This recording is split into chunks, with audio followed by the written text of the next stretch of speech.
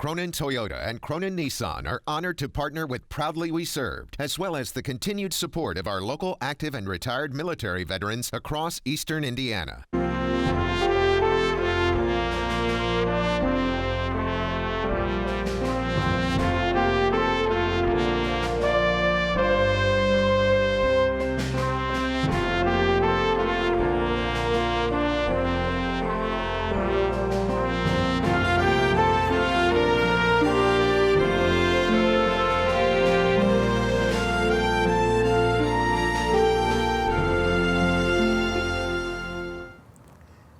I'm Al Bledsoe, Veterans of Foreign War, Post 1108. I'm Ron Chappell, Chaplain for Vietnam Veterans, Post 777, and co-host here with L on Proudly We Serve. And we're on the third segment, but you ladies probably going to have to reintroduce yourself so let's know who you are. So. You want me to go? I'm Teresa. I am the Outreach Coordinator for the Dayton VA Medical Center. Okay. Yvonne Rhinehart. I work at the Dayton VA Medical Center in Community and Public Relations. Okay, so continuing on in this, man, this is great. This is awesome. We want to move into the area of health care, mental health care, family support, those kinds of things. And my concern, as we were discussing, what happens with the families of the veterans who are affected? Who helps them? Where do they go? Gotcha. Okay. Well, last segment we talked a little bit about the fact that, well, as the name is called, why choose the VA? And I like to say because we're a safe place. I've seen it happen multiple times. People who feel misunderstood other places, they come to the VA and they have employees and other veterans and providers who understand them. So they feel a little bit safer talking about the things that they've went through.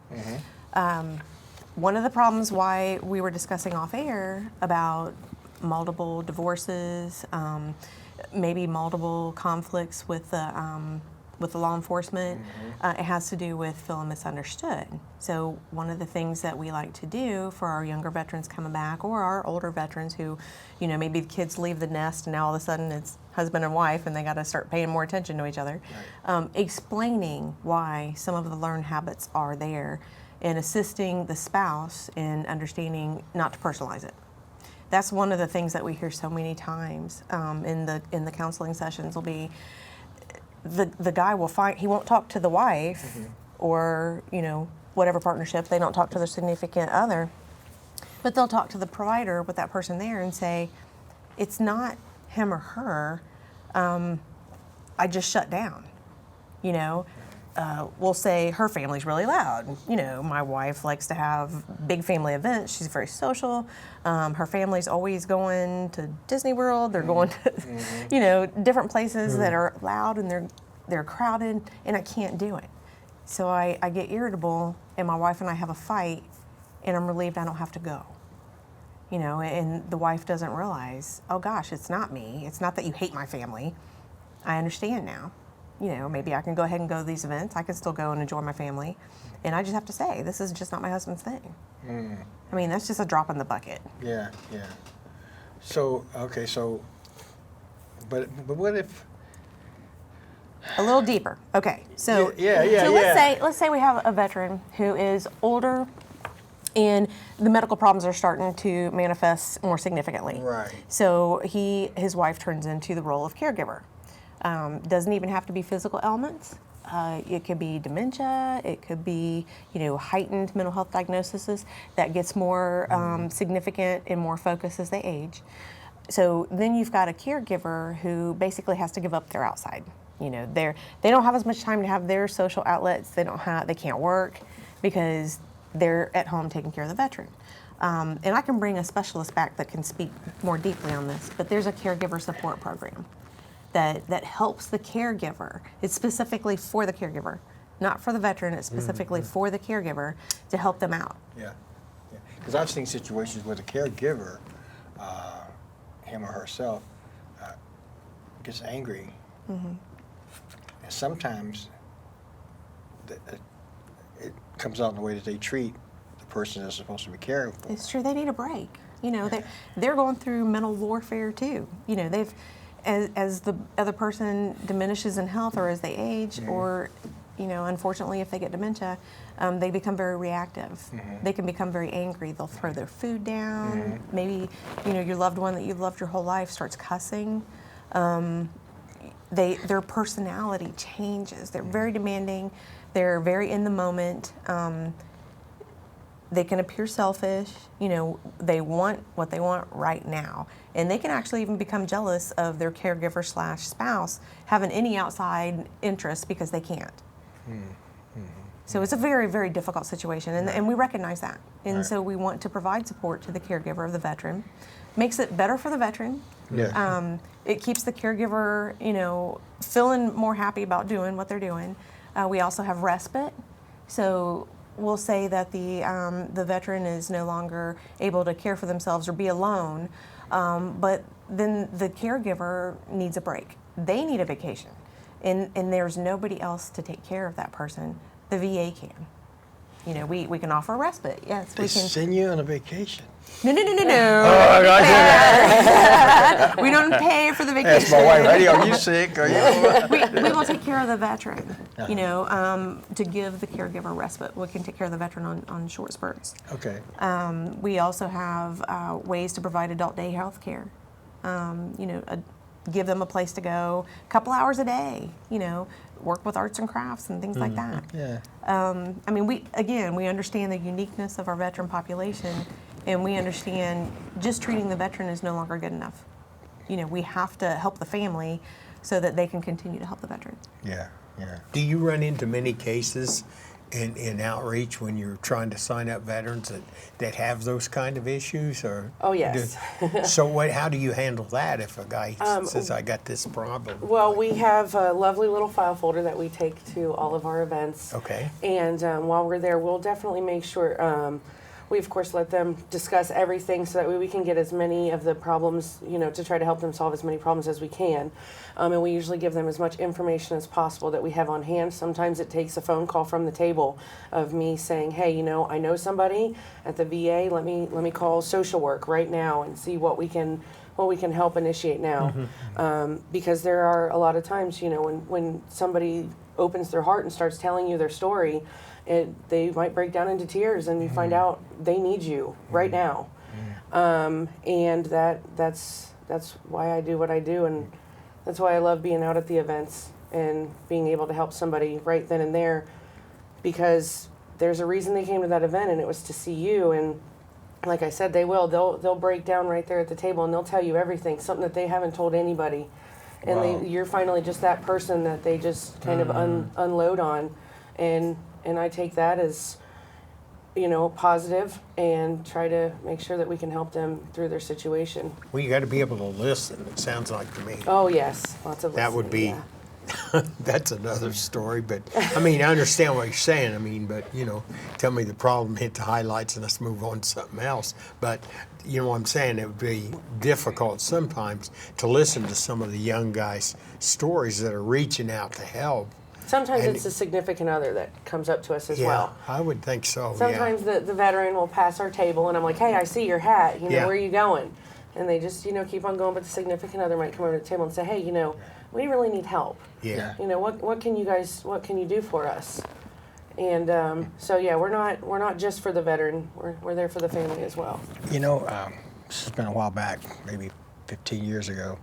We had a fellow that passed, and he was sick, and went to see him and everything, and they said that for all intent and purposes he should have already passed, but he was lingering, he was hanging in there. And so one day I went by and I asked him, I said, what's on your mind, man? What's on your heart? He said, Vietnam. And we began to talk. He said there was so many things that I did that I wish I hadn't have done. Because it happens in combat. Mm-hmm. It happens in combat. And when he was able to talk with me about that, I left and went up to Michigan and got the call that he had passed away. He couldn't let it go. He couldn't keep a secret anymore. Right. He had to tell somebody. Yeah. And sometimes some of the older guys when you see them. I mean, if they're wearing a black hat, that's kind of a dead giveaway. But, you know, if you go up and talk to them, I've done that before where I've brought their lunch and just ask them how they are. Well, you may as well plan the rest of the day there because, I mean, they're going to tell you, and they're real quick. That's what I love about the World War II guys, that they're so much fun to be around because they can remember this stuff. And I'm thinking, my God, if I live to be 90 years old, I hope I can remember like these guys remember. And that's one of the things with outreach that sometimes, you know, we're concerned about getting the younger guys in, but sometimes we need to have to reach out a little bit farther and keep those old guys, if you will. That's why I call them the old guys. Well, for example, but you know, when you're 90, Right. you need that help. Oh yeah, yeah. nursing home care, you know, around the clock care. But one of our stakeholders, he said he had never been interested in receiving care at the VA until he lost his own health insurance on the outside. Yeah. You know, that he was like, I really didn't think much about it until, you know, my job ended and I ended up with no health insurance. Yeah. And he loves it. Yeah. Oh wow. Which causes me to transition into dual health care.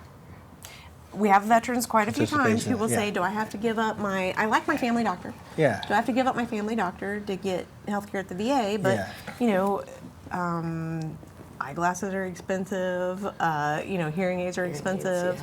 You know, I can't afford, for example, the average hearing aid is about $6,500 now. You know, that's really, and most insurances don't pay for most of that, and you have a lot of big bill coming out of pocket. So the answer to that is no, you do not have to give up your outside provider. Now, you do have to have one person kind of take the lead. Okay. So if you choose for it to be your outside family provider and you need some services through the VA because it's going to be, you know, free of cost for you through the VA, your outside provider would need to write a detailed progress note saying, here's what I think this patient needs and here's why and here's what I'm looking for. And then the primary care doctor that they're assigned to at the VA would look at that and go, oh, okay, yeah, I agree. Then I'll put in a consult so that they can be seen through our system. But there has to be a VA provider coordinating the care. Okay. You have to be very careful too, because there are times that you can have a veteran who thinks that they should be on different types of medication or more medication than what one of the doctors agrees to. So they might try and add a second doctor thinking that they're not going to talk. And then, you know, maybe this way I can get the amount of medication I want. You need to remember, whatever you read on the internet's not always, Dr. Google's not always the best. Okay. Or, you know, maybe if you don't have the MD behind your name, maybe your thought process on what's best for you is not always the best. And then there's some serious repercussions if you do mix certain medications or you take too much of a certain medication, and there's very serious consequences. You know, you can have heart failure, you can have seizures, you can have stroke. So you do need to have one person kind of coordinating the care, but you do not have to give one up to have the other. That's good to know. That's good to know. Yeah. Well, a lot of the guys have dual where they can go to a local doctor, if you will. We've got this urgent care clinic that was just created, and that's a very VA-friendly facility. You're allowed, I think, 3 visits a year there. And then after that, you have to start paying a $50 copay. But that's a very friendly thing that the VA's behind. I mean, if you got a problem after hours, you can go see them. But how does our information get back to our VA record? To our, you know, how does that information from that facility, that Well, clinic, the community get back care, to VA? Yeah, the community care has to be coordinated for payment. So when they accept a veteran for care on the outside, like for example, if it's through the Mission Act where we send the person out, we'll put a consult in. We'll say we want this person to, let's say we send somebody to a chiropractor because one of the local clinics doesn't have a chiropractor on staff. So we're going to send them locally. We're going to put in a consult for community care that says, I want this person to have an evaluation. I want them to have 12 therapy sessions and a realignment, you know, and then come back here for x-rays and we'll see where we're at. You know, they may put in another request for another 12, but there has to be some instructions in order to be able to coordinate the payment. Right. So kind of the same thing. You know, you're seen on the outside and you get some care. You come back to your primary care provider and you want to talk about that. It's always beneficial for you to go ahead and bring a copy of your own medical records with you. We'll scan them, put them right in your medical records at the VA, or you know, we can ask for them for you from the provider that you saw on the outside. Yeah. But it is important. Yeah. It is important to make sure that everybody's talking to each other. I do that. I go to Right Pat for a lot of my medical care. And so what I've done, I've asked them, every now and then I get a disc burnt, a CD, and I bring the disc down and give it to VA. Yep. And, It's all that, do you think all of that's getting coordinated with, I'm going to say VA and Reed Hospital, VA and St. Vincent's Hospital, places like I think that? at some Are they point- all, is all that tied together? I mean, I will say that the Dayton VA has been ahead of things as far as technology goes. We went to the electronic medical records instead of all the handwritten progress notes. You know how when you go to the doctor and the doctor will pull up, you know, their little laptop right there and they're asking all the questions and things. I mean, the VA has been ahead of that. We started with the My Healthy Vet, which is a secure messaging format. Yeah. So, and that hits a lot of our younger guys. They don't want to get on the telephone. They don't want to have to come in person versus some of our older clientele. They love coming in person so they can visit Yep. and wait. My wife But, says you get your military fix, you know. Exactly. Yep. And but they can use the My Healthy Vet secure messaging, and they can send emails to their doctor and their nurse. And Yeah. Patient advocate even. Well, now they have the Oh yeah, they got the telehealth. They have the telehealth where you can actually set up an appointment with your doctor and use your iPhone.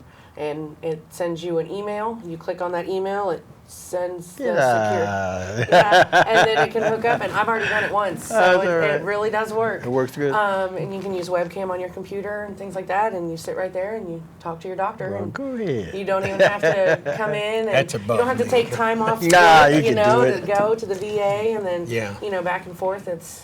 And like she said, it's geared toward, you know, the younger generation really comes in with that. So is that technology, I'm going to call it, there might be another word for it, but is the younger guy, is that what they're wanting? I mean, Yes. the I younger, loved it, and I'm young, like younger-ish, yeah.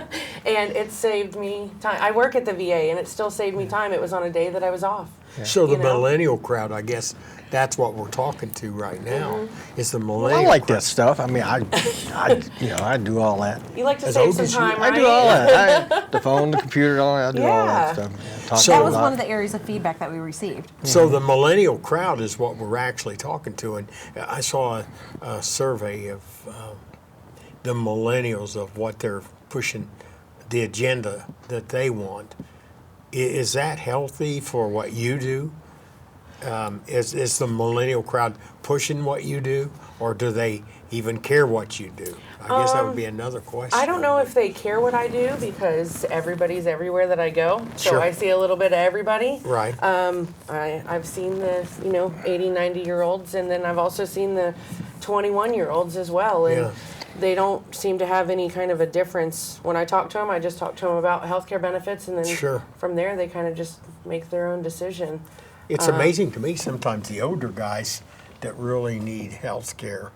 I'm kind of in the middle of a thing right now with Pete McDaniel. Got an 81-year-old, I think, Korean type guy. Never been in the VA system, never didn't. He had what he thought was his discharge papers, but he realized he didn't have a 214. Oh, okay. So, but he had actually a slip that said he was discharged. He was a Navy guy, but he didn't realize that he had to have a 214. So hopefully now when we get to 214, we can make the next step of helping him with medicine and possibly even nursing home or anything like. Never had anything to do with the VA though for 81 years, if you will. Yeah. Guys like that, see, that's just, It blows my mind. yeah, it does. That's just, well, borderline, well, I don't want to say it, but it borderlines on not paying attention and not being proactive with your health care. The older you get, in my case anyway, I get more proactive about how I feel. And, because when you get older, you got so many aches and pains, you don't know which one's a real one or if it's just Well, the some- younger Yeah, but- ones are like, "Oh, I'm fine. I'm not sick." Well, and not only that, I've met those who don't, they thought if they hadn't engaged in combat, that they weren't eligible Yes, for that's another VA. common misconception as well. Yeah. Yes, Yeah. it doesn't have to be combat. And that's the same for service connections as well through the Veterans Benefits Administration, which is the service-connected portion of that. It does not have to be combat at all. Right. It just has to have been on active duty. Right. Yeah, and that's Right. a very common misconception. Yeah. We get that all the time. Training sessions, a lot of times people can get injured during training Oh, sessions. yes. Yeah. Oh, yes. Absolutely. Yep. That can be looked at for service connection. So that young guys that if they're in the National Guard, if you will, and they're working and they're deployed, so they would be, if they're deployed, they are eligible for health care. If they get that DD 214 that says, yes. That says they were That deployed. says that they were deployed or that they were on some kind of a Wow. special active duty mission, then yes. Yes. I guess I didn't They realize could apply that. for health care. Yeah. But would they get a DD 214 prior to discharge? Well, if they're deployed, that would have to be on their 214, wouldn't it? I mean, Yes, it would what be. they did and it all would that be stuff. on there would- is what they did. Yeah, Now, that's if, what I thought. If you were National Guard for, let's say, 10 years, but you weren't ever called up for active duty, and there were no ailments that you got, while you're on active duty, because there was no active duty service, then usually those individuals would not be eligible for health care because it has to be that active duty service that they have to have done for health care. So as long as they've got, I know of a person right now, in fact, I'm trying to get them to go to the clinic to get a physical and everything. They joined the VA, I think, when they first got out of the service, but they haven't went back. And I keep telling them they need to go and renew all that's that. another common and get misconception, and get yeah. a physical and get straightened up with all that. I said, just because says you're in the VA, that don't mean nothing. Yeah, if you haven't been to the VA within 2 years, you're no longer considered actively enrolled. Yeah. So that's why a lot of people say, oh, I joined 30 years ago. I'm fine. I'm still in your system. Technically, yes. Technically, no. So you're in our system, but you're not actively enrolled. So you would I have to didn't know re-enroll. that. Yeah. You have to have been active within 2 years. So you can go to the CBOC with a cold or something, and that would keep you reactivates enrolled. you. Yep, that would Yeah, keep you enrolled. yeah. Wow. That's awesome. Yeah, it's another thing I didn't know either. So. Yeah. Well, and we also don't just provide reactive care. We provide various preventative care measures. We have a MOVE program. We have nutrition what's MOVE? specialists.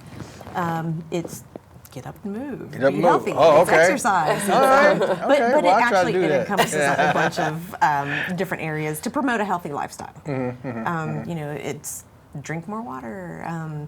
Eat less of this food. If your food has this many ingredients, it's good. Hey, health clubs, many of them have the silver sneakers and or military programs. Will VA pay for any of that? No. No? No, they don't, unfortunately. But Keep it moving. we can't pay for everything. There's a certain amount of money, and we have to decide how that's allocated. But Yeah. there are so many places in the community that do offer significant discounts for military. And I will tell you that the social work service that Teresa referred to earlier, they work very much with their community, and they have so much knowledge as to what community services are available. Come in and talk. If there's something you have a question about, come in and talk to the social worker at the local clinic. Right. They have lists. They usually have booklets and all kinds of things of all the community services that are available to veterans at a discount. Yeah. Wow. Man, there's so much. You guys need to come back quarterly. Yeah, we can do that. Come my back pleasure. quarterly. Yeah. And what about the fairs that we have? Wayne Veteran- County Fair? No, the veterans. Oh, the Information hiring fair. events. You Yeah. come to those hiring events, don't you? You do, I don't believe you? that the CBOC nurse managers or there's a representative from the CBOCs that usually Yeah, that's what they I usually thought. attend those as well. Yes, just Well, I think we have 2 of those a year, don't we? Yeah. Because the guy that runs that is a veteran. What is his? Brian runs that, and I thought he told me that CBOC participates in, because that would be a big outreach. That's one of the biggest outreaches in Wayne County. It's that Wayne County Veterans Fair. Right, It's an employment fair, basically, is what it is. if you're with looking for employment, you might be looking for healthcare too. yeah. So, yeah. Well, and with employment the way it is, I mean, right now, if you can breathe, you can get a job. I mean, if you want to work. But that's a good event. There's a lot of They go- companies that hire vets, though. Oh, yeah. Because vets are usually dependable and organized, obedient. Well, some of the best guys we've got, I think we had 6 maybe that are veterans, and they're some of the best guys because they're always on time. You don't have to worry about them calling in because they're sick usually. Yeah. And they're known for being pretty punctual when time and all that stuff. So we got 2 minutes. So ladies, what They realize that. is the last, or well, not last, but what is something that you'd want to leave with the folks out there to think about? Give us a one-liner. Something. Give us a chance. Trust us. Give us a chance. Most of us have a unique understanding of the veterans. We want to care for you. We want to care for your families. You guys gave all for us, and we want to give back. All right. Hey, you heard it right here on Proudly We Serve. All right. Guess we got to go, huh? That's it. All right. This Hey, has been a folks, good one. thanks. Yeah, I really appreciate it. Thank you, ladies, so much. Thank you Thank very you for much. having us. Yeah, it was really a joy.